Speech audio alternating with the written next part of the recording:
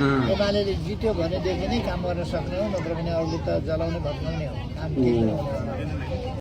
Don't हानेर त एमाले अरे जोगाउने अरूले भत्काउने अरे भनेको जेएनजीले भने त्यो आन्दोलनलाई भन्न खोजे हो। घमण्ड अहङ्कारले मान्छेलाई कहाँ पुर्याउँछ देखिहालियो। जब आफू एक ठाउँमा भएपछि आफूले जुन त्यो कर्तव्य निभाउन सकिन्न त्यसपछि डुबिन्छ। अब गफ त डरै लागेको थियो चुनावमा, तर त्यही हो। अब त जनताले नि पत्याउने आधारै छैन नि। अब त कति पत्याउने भने त्यही भएर सखा लो घन्टीले जितेसँगै केपी शर्मा ओलीले नि घन्टी बजाएका छन्। कसरी किन जस्तो नेता त्यस्तै जनता के होइन। ओभर कन्फिडेन्सले डुबायो। मैले जित्दिनँ भने त्यही कुरा यहाँ पनि हुनेवाला। ओइ धम्की दिए हो कि के हो यो? जित्दिन भने यहाँ पनि त्यही हुनसक्छ अरे। लो hello it family, welcome to my brand new video. नेपालमा चुनाव सकिसकेको छ र लगभग सबै ठाउँको नतिजा आइसकेको छ। तपाईँलाई थाहा नै भइसक्यो होला, देशभरि घन्टी टिङ टिङ टिङ टिङ टिङ बजिसकेको छ। सबभन्दा मच अवेटेड ठाउँ चाहिँ झापा 5 रहेको थियो नि होइन त। केपी शर्मा ओली भर्सेस बालेन्द्र शाह। हाम्रो बाले दाइले चाहिँ लगभग 50,000 भोट डिफ्रेन्स चाहिँ जितिसक्नु भएको छ। दाइलाई धेरै धेरै बधाई छ। र यो सँगै आज चाहिँ हामी केपी शर्मा ओली कहाँ चुके र केपी शर्मा ओलीको इलेक्सन क्याम्पेन कस्तो रह्यो र फन्नी मिम्सहरू रियाक्ट गर्दैछौँ। ल ढिला नगरी सुरु गरिदिइहालौँ। ओहो स्वागत त डरै रहेछ त। हजुरलाई भोट जित्नको लागि भगवानले रक्षा गरून्ले भगवानले त रक्षा गरिहाल्नु भयो नि। 50,000 को भोटले हार्नुभयो, भगवानले सायद रक्षा गर्नु नै भएको त होला नि। जित्यो भने झापामा कान काटेर म टेकिङ हस्पिटलमा टाका लाउँछु। रियल हो नि। यो सुन पनि मैले बालेनलाई नै दिन्छु। जित्यो भने कहाँ हुन्छ यो दिदी? ल यो दिदीलाई चाँडोभन्दा चाँडो खोज्नु पर्यो र कान काटेर सुन चाहिँ बालेन्दालाई दिनु पर्यो उपहार सहित।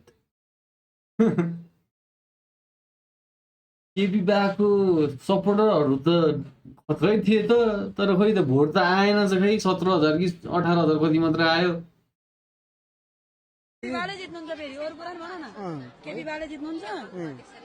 कसरी किन जस्तो नेता त्यस्तै जनता के होइन। ओभर कन्फिडेन्सले डुबायो। चुनाव त डरै लागेको त। बोलो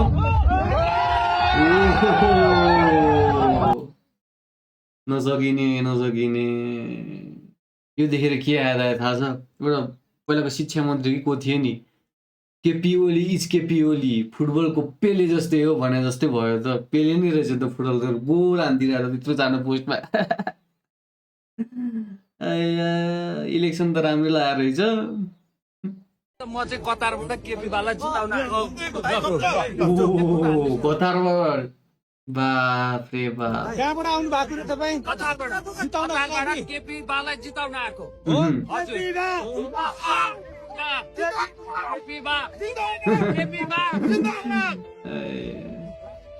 केपी बाले कतारबाट जिताउनु त आउनुभयो, तर जिताउन सक्नु भएन। अब कतारै फर्किनु होला है दाजु। ल टाटा बाई बाई।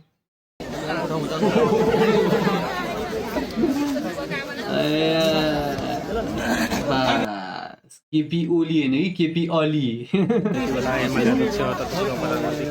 चुनाव त डरै रहेको थियो नि, तर के गर्नु हारिहाले। के छ त हजुर मन्त्रीजी तपाईँको धारणा के होइन? राम्रो छ धारणा। यति बेरसम्म यो 3-4 वर्ष बिचमा के कहाँ गरियो? रेल कहाँ आयो? पानी जात कति आयो? आमा त कडा प्रश्न कडा सोध्नु भयो है आमाले। पानी जहाज भनेको कोशी र उडमा चल्दैछ। अब कलकत्ता पुर्याउने, कलकत्ता लाने, कलकत्ता पुर्याउने चलिरहेको छ र गफै दिए है बुढाले। अब हाम्रो यो झापालाई चाहिँ के गर्नुहुन्छ त? जनकपुर आएछ रेल, तर झापालाई के गर्नुहुन्छ? यो त हुनु पर्यो नि त हामीलाई पनि। त्यो जनकपुरको रेल चाहिँ खास के हो? त्यो पहिल्यैदेखि थियो होइन, त्यसलाई हल्का मर्मत गरेर त्यही चालु मात्र गरेन, त्यो पनि बन्द भइसक्यो अरे त्यो त। रेल त अझ के अरे केरुङदेखि केटिएमदेखि पोखरा लान्छु होइन, अनि ग्यास पाइपलाइन घर घरमा ल्याइदिन्छु। बाफ्रे, भनाइ त कडै थियो नि बुढाको, तर के गर्नु, पुरै गर्न सकेनन्। अहिले चेत्ताइरहेको छन्, त्यही भएर सन्तुष्ट भएर न छाप लाउने हो। त्यही त गफ बढी होइन, सन्तुष्ट हुनु पर्यो नि त। होइन ल, तपाईँले बोलेको कुरा पुर्याउनु पर्यो नि त। यो चुनावमा अब हामी जित्छौँ नै भन्ने मैले विश्वास दिएको छु। जितिहाल्नु नि हजुर, जितिहाल्नुभयो, भारी भोटले जित्नुभयो, धेरै बधाई छ। एमाले जित्छ, एमाले जित्यो भनेदेखि नै काम गर्न सक्ने हो, नत्र भने अरूले त जलाउने भत्काउने हो, काम केही गर्दैन। टन ठानेर त एमाले जोगाउने, अरूले भत्काउने अरे भनेको जेएनजीले भने त्यो आन्दोलनलाई भन्न खोजे हो। घमण्ड अहङ्कारले मान्छेलाई कहाँ पुर्याउँछ देखिहालियो। जब आफू एक ठाउँमा भएपछि आफूले जुन त्यो कर्तव्य निभाउन सकिन्न, त्यसपछि डुबिन्छ। एमाले बढाउँछ, एमाले जोगाउँछ, एमाले अगाडि बढाउँछ कामहरू। हामी पूजा पनि सुकुम्बासीहरूलाई धनी पूजा, अभिवर्ती बसोबासको व्यवस्थापन आदि सबै। गफ त डरै लागेको थियो चुनावमा, तर त्यही हो। अब त जनताले नि पत्ताउने आधारै छैन नि। अब त कति पत्ताउने भने, त्यही भएर सखा विदेशमा अब बम र बारुदले एकदम उयो भएको छ, डर त्रास भइरहेको छ होइन। मन डराउँदै भए पनि हजुरलाई जिताउनका लागि हामी लागु परेका छौँ। मैले जितिनँ भने त्यही कुरा यहाँ पनि हुनेवाला। ओभि धम्की दियो कि के हो यो? जितिन भने यहाँ पनि त्यही हुनसक्छ अरे। लो भिउडाहरूले हुन्छ, देशमा रोजगार हुन्छ, उद्योग धन्दा कल कारखाना सबै बेचिदिने, भिउडार बनाएर भयो। अनि भिउडारको वरपरिको जग्गा मात्रै आफ्नो पासे आसेले किन्न लगाएर, अनि खोइ रोजगार खोइ।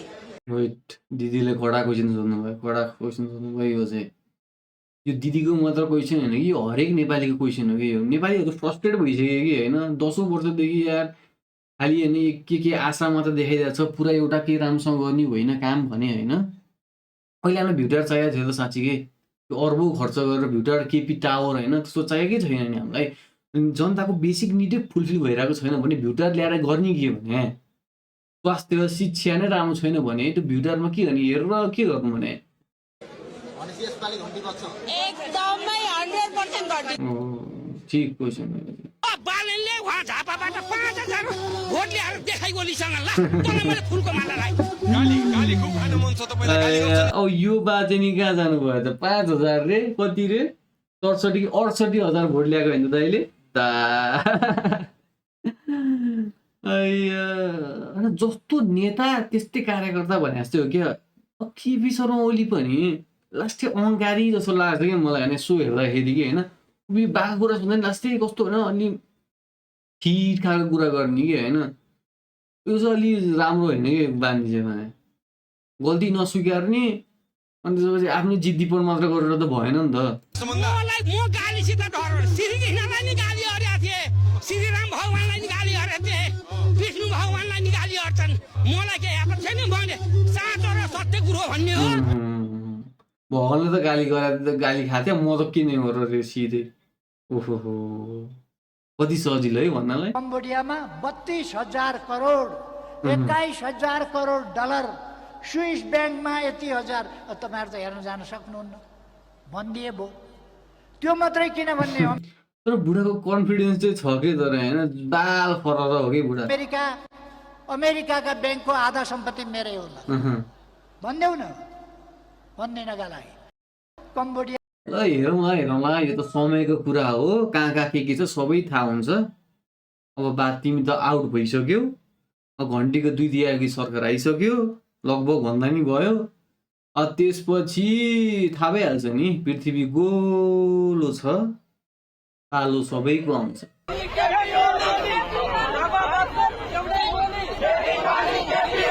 मान्छेको झुन्ड त राम्रै थियो त नि, तर के गर्नु भोट आएन। झापापासको एउटै बोली केपी ओली देखिहाल्यो नि। झापापासको बोली देखियो। सब मासु भात खाना मात्र आएको हुन् कि के हो भने भोट त आएन त। लो यार, आफ्नै ठाउँमा आफ्नै इलाकामा कुकुर पनि बाघ हुन्छ भन्थ्यो नि, तर खोइ त केपी ओलीको भोट खोइ भने जम्मा कति 50,000 को भोटले हारेको यार। बालेन शाहको 68,000 हो क्या अरे होइन, केपी ओलीको कति हो 16 कि 17,000 त्यस्तै। त्यो भन त्यो जस्तो लज्जास्पद हार त के नै हुनसक्छ र।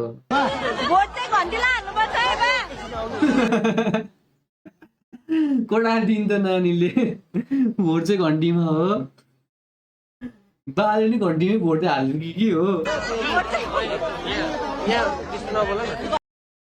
त्यसो नबोल है। ल स्टाइल लगाइदिएर यताउता यताउता भनेर स्टाइल लगाइदिएर यार बहिनीलाई त। 84 पछि यही सिलाएर बस्नुपर्छ। 84 भनेको थिए, यो त सायद धेरै अगाडिको हो यो होइन। 84 भनेको थिए, 82मै काम तमाम भयो त। अब यो सिलाएर त बस्ने, अब आफ्नो घरमा सिलाएर बस्ने कि कारागारमा सिलाएर बस्ने चाहिँ त्यो अब समयले बताउँछ। त्यो चाहिँ अब की बार ओली सरकार। हिन्दीमा भन्दिन। त्यो अब की बार बालेन सरकार त्यो सुन्दा सुन्दा बुढा वाक्क भएर म हिन्दीमा भन्दिनँ अरे। नेपालीमै भन्नुहोस् न त, अलि बुझ्ने गरी। फेरि पनि एमाले सरकार, फेरि पनि ओली सरकार, फेरि पनि पुराना भनिएका पार्टीहरूको सरकार। अब त टाटा बाई बाई हो बाजे, टाटा बाई बाई।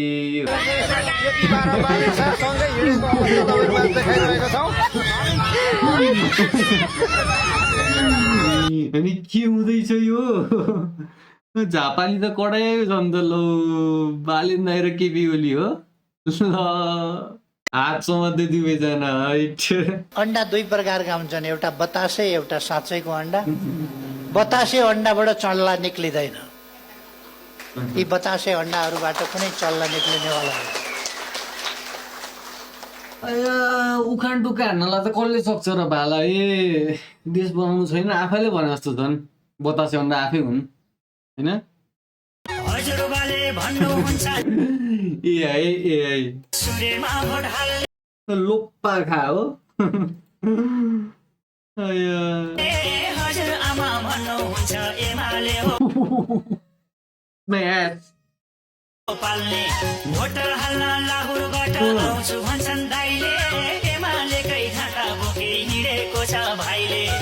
आएको त खेल खत्तम।